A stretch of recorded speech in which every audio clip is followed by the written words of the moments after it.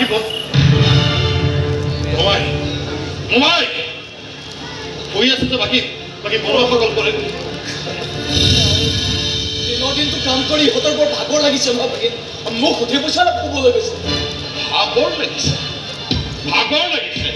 তোমাক ধাৰণ কৰি আই মাতি ভাগৰ লগা নাই খাদ্য পানী চুগাৰ ধৰি ভাগৰ লগা নাই মুখৰি বতাহ খুৱাই খুৱাইতো ভাগৰ লগা নাই সেইখিনি আই মাতিৰ কাৰণে মাত্ৰ এটা ৰাতি দিওঁতে তোমাৰ ইমানে ভাগৰ লাগিছে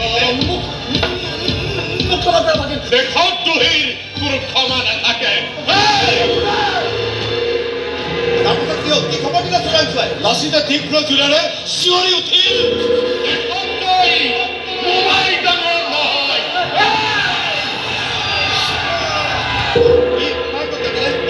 লগে আহোম ৰঙা বনোৱাবোৰ জাগি উঠিল সিহঁতেও চিঞৰিবলৈ ধৰিলে দেশতকৈ মোমাই ডাঙৰ নহয় আটাই জপিয়াই পৰিল কামত আৰু নিশাটোৰ ভিতৰতে কৰ কাম সম্পূৰ্ণ কৰি তুলিলে মানি গৈছো আহোম বীৰৰ দেশৰ প্ৰেম আৰু জাতি প্ৰেমত যাৰ আগত পাৰিবাৰিক সম্বন্ধ দৃষ্টি থাকিব নোৱাৰে এজন মোগল সেনাপতি হৈ নহয় এজন সাধাৰণ ৰাজপুত যোদ্ধা হৈ তেওঁৰ এই দেশৰ প্ৰেমক মই চালাম জনাইছো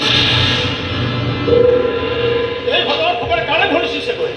কোনোবা স্বৰ্গদেউ চক এই বুলি লগাইছে যে শাস্তি দিয়াৰ ক্ষমতা বৰসকলৰ নাথাকে শাস্তি বিধান দিয়াৰ ক্ষমতা কেৱল স্বৰ্গদেউ ঈশ্বৰৰ থাকে কিন্তু স্বৰ্গদেউ ঈশ্বৰে পোনচাতে কৈ দিছে যে যুদ্ধৰ বাবে যি কৰণীয় সেয়া কৰাৰ অধিকাৰ লাচিতৰ আছে বা তেওঁ হস্তক্ষেপ নকৰে বিৰুদ্ধ সমাপ্তিৰ পিছত মই নিজকে ৰাজসভাত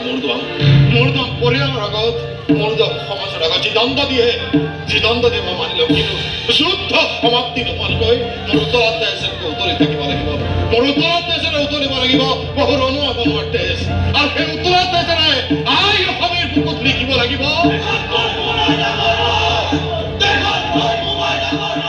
আপুনি নিজে